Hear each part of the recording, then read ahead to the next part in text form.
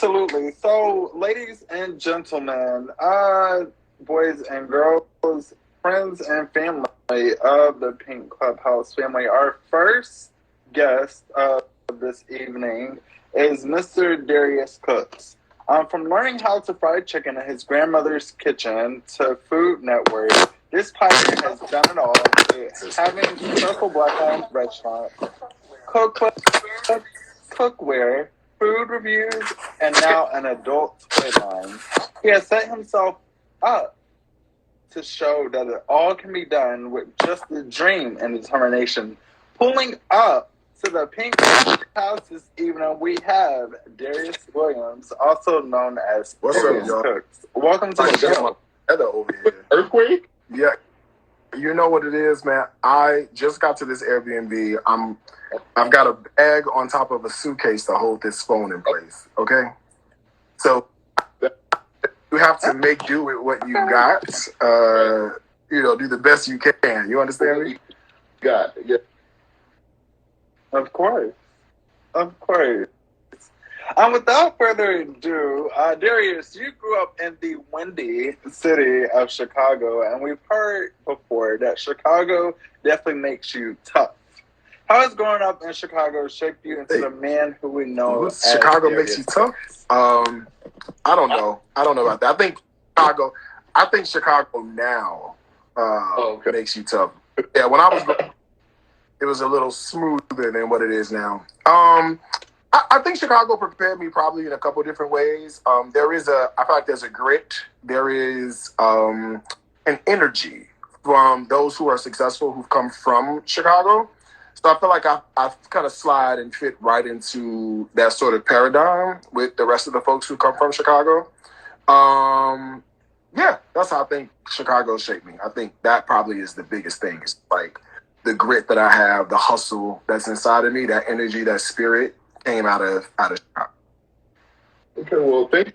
You didn't have to dodge bullets and all that of the new Chicago. Yeah, no, not as much. Yeah, when I was growing up, I mean, it was bad in Chicago, but I don't know if it was necessarily as bad as it is now, right? So this idea of Chicago being Chirac is maybe like a newer idea, like the last 10 years. I've been gone from Chicago. I moved away in 2011 out of Chicago, so I've been gone for a long time. And it's just got progressively worse. If I was still in Chicago, I probably would have left by now as well. Right. Nobody needs to be doing all that ducking. Now, look, anyone who works in business of entertainment, whether music, dance, acting, or even cooking on TV, has had to work hard to get to a certain level as a professional. What challenges have you had along the way of creating your brand as Darius Cooks? Oh, lots of challenges. I mean, you created it from nothing, right? So, most Black-owned businesses are undercapitalized, right? We don't have the opportunities that our counterparts have. You have to go into spaces that are not necessarily designed for you. And before you're able to entertain, you have to also educate before you're able to do that. So, I mean, there's lots of challenges. I remember when it was first starting out, I was like, I went to, I think like Simon and Schuster or something like that. Cause I was like, I can write a cookbook. I'm going to be somebody. And those people told me no. Then they came back to me years later and they said, yeah, we could do it. We'll give you a $25,000 advance on the book. So I said, you know what? There's got to be a way to do this myself. I don't know how to do this, but I bet if I do it myself, I'll be better off. So I just, I figured it out one by one.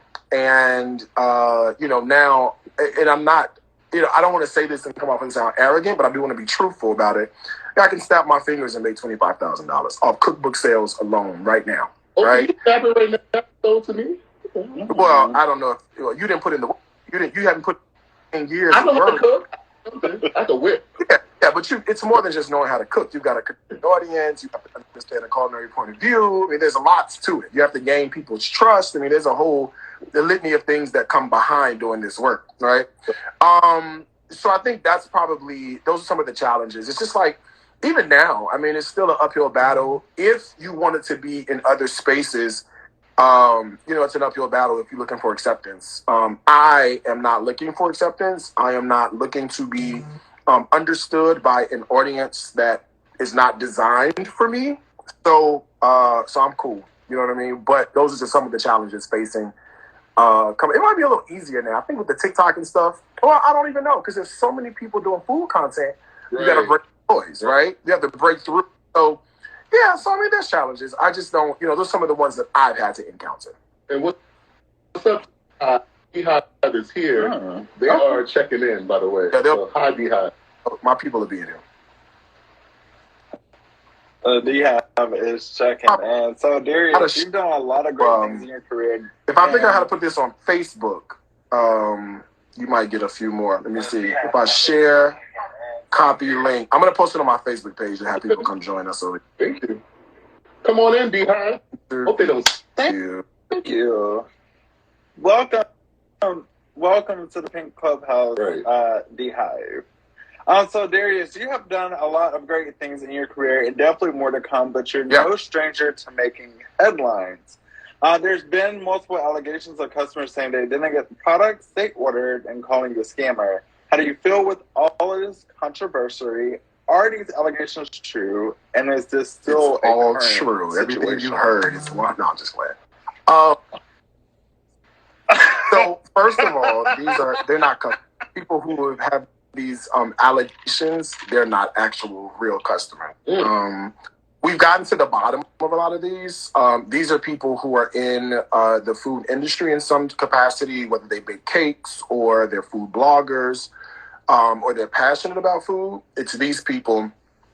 And, there's just an avalanche that started with people who were, I guess, unhappy with where they were in their journey, and they compared their journey to mine and felt like perhaps I didn't pay my dues and I shouldn't be where I am. So they created this narrative or campaign that it gained some traction, right? But I think the thing is that it since has died down tremendously. And, if these things were 100% absolutely true, we would see, court cases, or we would see, action from attorneys general and things like that. But we've not seen any of that. This is held up in any court of law. So if you can't prove it in court, but you can, prove it to the court of public opinion, should I really be concerned about it? Right. And that's so easy for a lot of people to do with that. So the great thing about, I don't know how close you guys watch or what you know, but the great thing about it is I operate in transparency, 150%. All right, I own all of my shit. Wait, can we cuss over here? We can cuss, can we? Okay. I own it. I feel like if there was something that I've done that was wrong, I would come back and say it, but I don't feel that way, so there's no need for me to apologize. I've been 100% up about everything. When all of these allegations started, I was 147,000 orders in, right? So it's kind of out of your scammer after you fulfilled 147,000 orders. And then people look at it and they go, well, what about the people who the stuff arrived broken or there's an issue or a problem? Yeah, I've got it. Perfectly okay. So let's look at the number of those. And I think once we did the math on it, it was 99.67% didn't have an issue. So we're making noise about less than 1% of issues. When you look at the trajectory of a Walmart or Target, how many of those orders or a percentage of the orders that go out, what are their percentages, right? And I'm in no ways comparing myself to a Walmart or a Target. I'm just talking about the idea of what e-commerce is and shipping to customers. The last thing I'll say about this is I also think that what this has done is I've always said, I'm a multi-million-dollar business. I've always said that, right? I have no reason to lie about that. I think last year's numbers are like $4.2 million. I've shown that over and over again, right? So when you have that amount of revenue coming in, people don't believe you, right? So they go, there's no way he's doing that. There's no way. I mean, during my shipping periods in fourth quarter, we're shipping 4,000 items a week out of my warehouse, right? So I think the narrative is that these people don't believe this is happening, or they believe that we're fudging the numbers for some reason. I guess they think that I need to shuck and jive for people on social media, for whatever reason, I'm 41 years old. I've got much better things to do with my time than try to prove to a bunch of people who don't like me that I'm doing what I say I've done. So I think that's what's been going on around the allegations. And I guess the sad part is, like, a lot of people don't say that about, like, Target and Walmart, things of that nature. They don't really be like, okay, well, they also have bad things that go on there. You know, we always try to, like, attack, I guess, people on our level per se, not, you know. They're not on my level. Well, I mean, they're, like, they can see. And I'm not, don't get me, they can't I'm not Walmart a person. You know what I mean? Like, I'm not saying this to be facetious. I'm not saying this to be funny. What I'm saying is that when you compare a Angela the Kitchenista Davis and the amount of revenue she earns in her business to a Darius Cooks Williams, we're not on the same level. That's not conjecture. No, yeah, that's not what I meant. I meant like you can say Darius Cooks' name, but you can't say Walmart's name. You know what I mean? So that's where people, because they can say your name, they're kind of like, oh, you know, going after you. But with all the great things you've done, you've added food reviewer to your resume.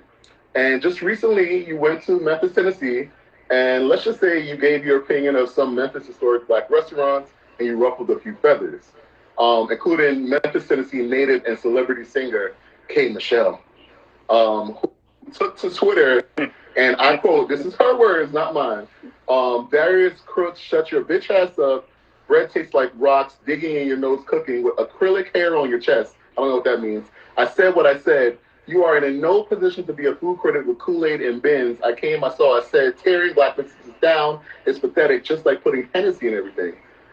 Whatever that means, too. I thought Hennessy was good.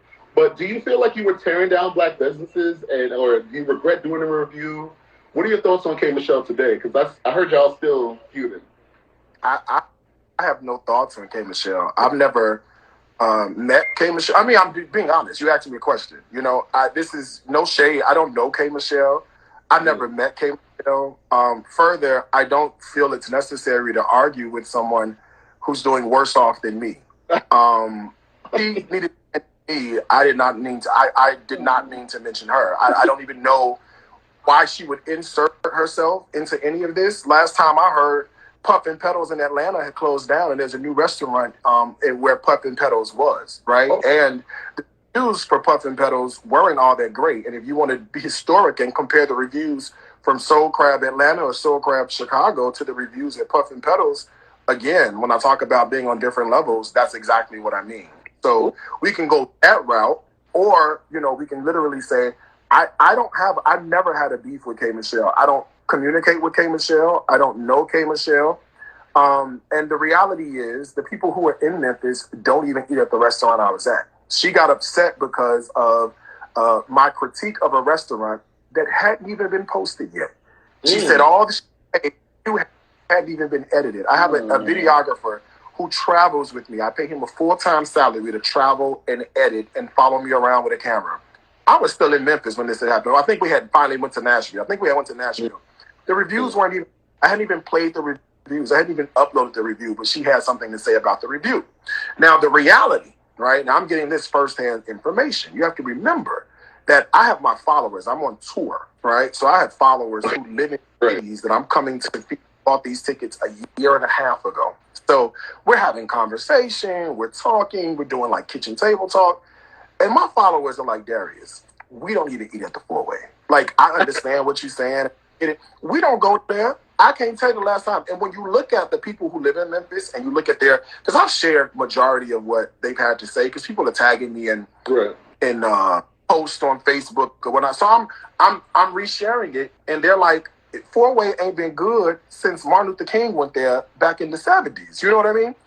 And here's the critique I gave. Wow. It was side, and I posted the pictures. It's a camera, right? You could say what you want to say, honey. It's not a magic wand. It's not Photoshop. It's a camera. It only captures what's in front of it. If what's in front of it is beauty, it picks up beauty. If what's in front of it is shit, it picks up shit, right? So what they served me at the four-way was a side of broccoli and cheese. So I'm thinking historic. This is going to be the best broccoli and cheese I've ever had. Right? Broccoli. This is broccoli and cheese. right? This is not. This is some fan shit I'm finna get. Y'all, they literally served me a bowl of frozen broccoli that they boil. Not even steam, they just boil with nacho cheese on top of it, right? So that's what they served me as a soul food dish from one of the most historic restaurants in Memphis. I post that and say what I said about it, and now the world wants to, come down on me. That's fine. I'll double down on the review, but tell me your grandmother ate that growing up. Tell me you ate that at the church pastor's anniversary where they was cooking soul food. You did it, right? So that's where that came from. Shit.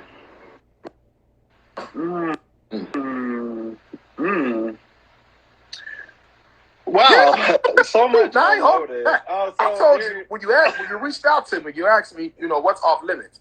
Nothing. These are the same thing I'm telling you. I've told my community throughout the months. We talk every night on Instagram Live. I don't know if you know this, right?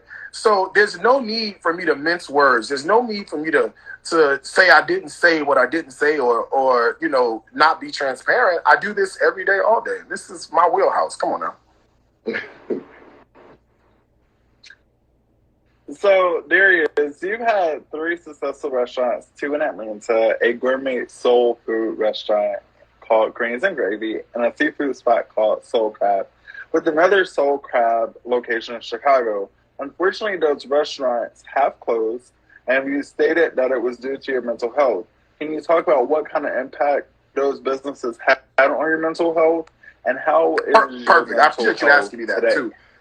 So I remember the day I made the decision. I was in LA. I was doing a dinner party in LA. It was by myself. I didn't have chefs traveling with me like I do now. And a friend of mine came to the dinner party. Her name is Frida. Frida comes to the dinner party. And before Frida got there, I got a phone call from one of my bar manager, Devetta, that's her name. And she said, "Hey, do you have a minute? Are you busy?" And I'm like, it's 6:30. LA time. It's 9:30 there. My dinner party starts in 30 minutes. People are sitting down. Yes, I'm busy. What do you need? So it's like the fryer went down. And girl, you couldn't call the kitchen manager. Y'all couldn't solve that. What am I all the way in LA? How can we solve this? It was that moment.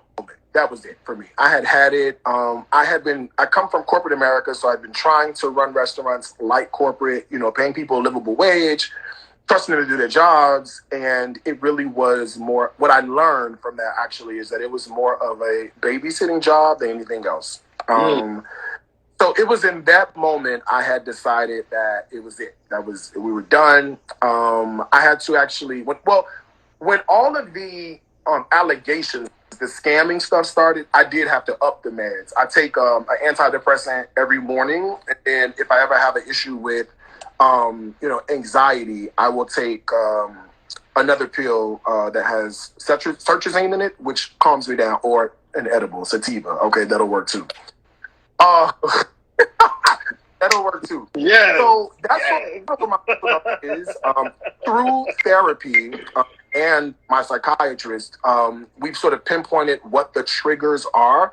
And so any therapist or psychiatrist would let you know or tell you, once you identify those are what you need to stay away from, so that you learn how to manage your life and not deal with those. So that's sort of where I am now. I still take antidepressants every morning, but I feel like the triggers have been removed. So I'm in a much, much better place than I was when all this shit started, a couple years ago. Right. That's a lot to me. Yeah.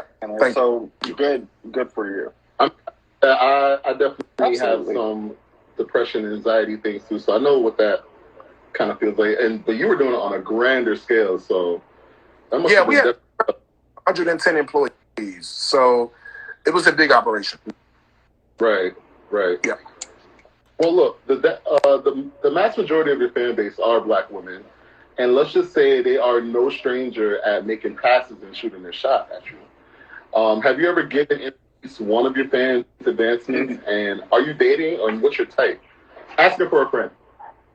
Well, first of all, I'm 100% gay. So, and I'm 50. I'm a gold star gay. There is nothing about a woman that I am attracted to sexually. Nothing. I'm sorry. Titties don't do it for me. Vagina don't do it for You me. don't like titties? I am, baby, I'm a go. Oh, I like a man. Okay? I like a man. And hopefully a little older with a little gray. You know, he's got his shit together, good credit score, he's 401k or something like that. You know, he's financially set. You know, I like a man. So yeah, women throw themselves at me all the time, but it's nothing about that attracts me. I'm just not, I don't know. And I had one woman actually say, if I could sit in front of you naked, you wouldn't get excited. No, gotta put your clothes on. Girl, I don't need to see that. All me and a woman make space partners. 3 in the possible. That's it. That's all we got. I didn't really have much more. So what's your type for a man? What you like? I don't really have a type per se. I'll do them. Well, I'll do them all. I prefer more of a like a naturally masculine guy. Just because I'm gay, I'm attracted to masculinity. You know what I mean? So I prefer masculine, clean cut. But you know what? It don't have to be clean cut. He could be artistic type, right? As long as he got something going for himself. And he's got his finances in order. I'm tired of projects. If you broke, stay away. And what I mean by broke is that if you are not on a path to financial freedom, if you're living paycheck to paycheck, you ain't got time to be dating me. All right? You got other pride. So, and if you don't have a substantial amount in savings, then I'm not the guy you want. Right. Okay. So you just recently soft launched your adult, I can't even talk, your adult toy line called Be a Snack, Pleasure Made Fun. What inspired you to start a toy line? Have you tested a product? And can I get a sample? One thing I know is that I have a lot of women and Christian that follow me. During market research, one of the things that is prevalent in the religious sector, believe it or not, is sex, right? Yeah. So you have literally 95, 96% of Christians who are either married, they could be single, they could be divorced, whatever the case may be, they engage in regular sexual activity, right? So and extracurricular type. They do. But whatever. Yeah, sure. Yeah, exactly. So with that being said, I mean, what else goes better with food than sex, right? It's just a natural sort of progression. I do test some of the products. Obviously, I can't test the ones that are for women, but I can test the, and I have I have a 9-inch thrusting dildo, right? So you could actually stick it to it's waterproof. It has a remote. It's got rave reviews. It does the job. Whatever it thrusts, it vibrates. It gets you where you gotta go. It's black. Different color. Does it come? It does not. It does not. It does not. But you can. Sure. It's great. Is this? I have a question. Is this? No, it's completely separate. Two separate brands. Not so necessarily. You don't want to from a business perspective. You want to keep them completely separate because you got people who follow you for cooking and are cool with the recipe. No. So what I'm saying is if I buy one of your food products, you cannot. There's no connection between the two brands whatsoever. Separately, Malloy. So not any. Do you have any like sweet products that you could like ruffle up in the? He want a buy one get one. That's what he wants. He can go to beasnack.com and pick you a little something out, promote it.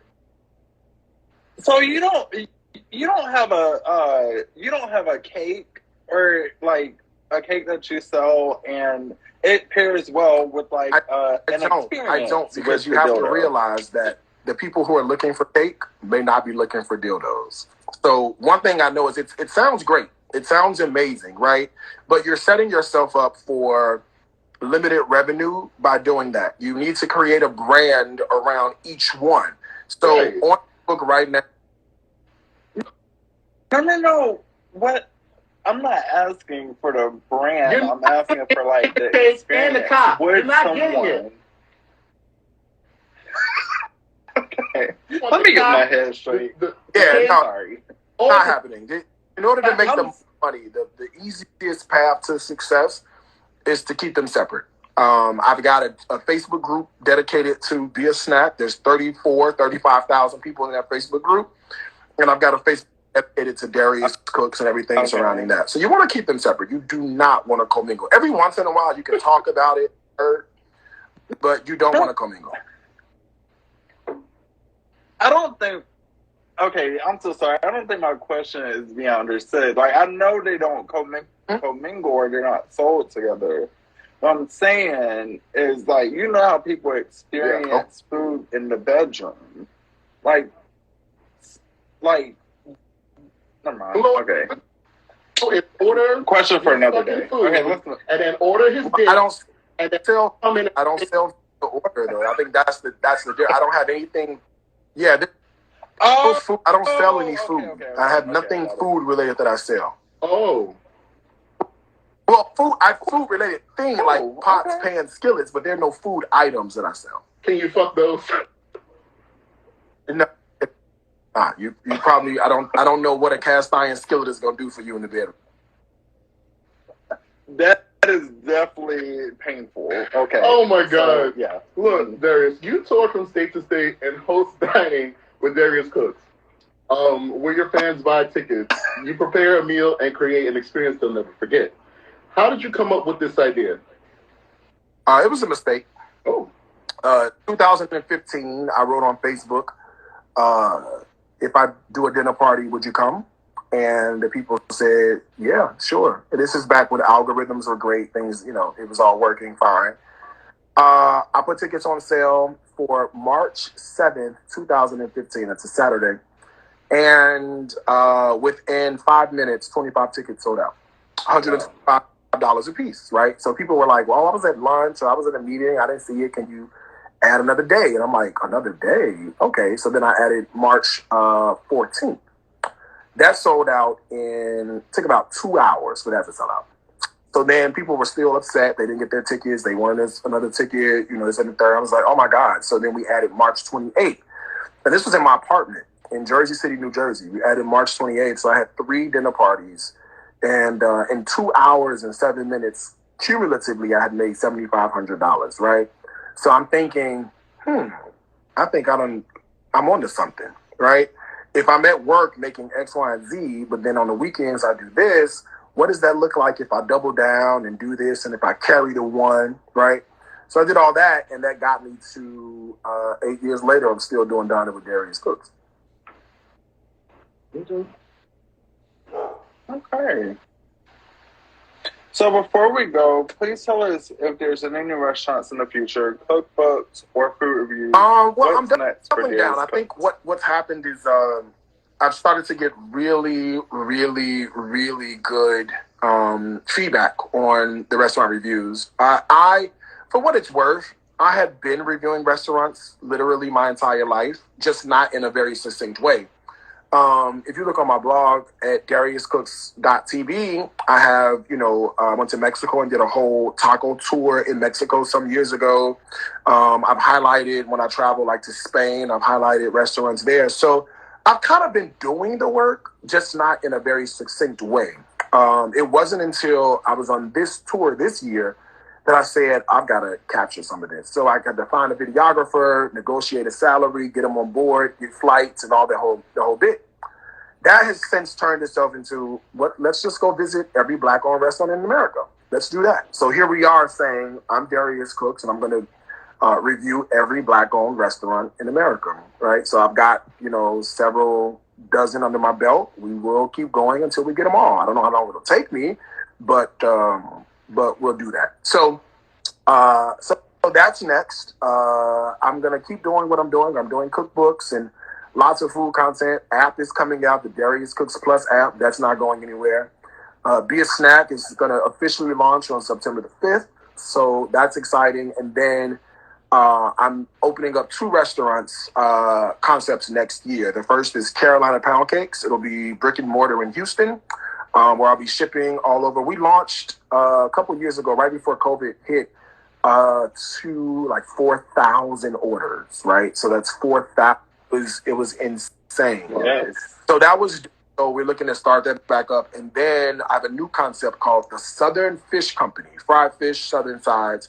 And I want to get about 25 of those open across the country. So I'm starting in Houston first with fish, and then Brooklyn next after that. And then in Houston for pound cakes, and then Charlotte after that for pound cakes. So I've got a bit of a trajectory in terms of to build these restaurants and these companies.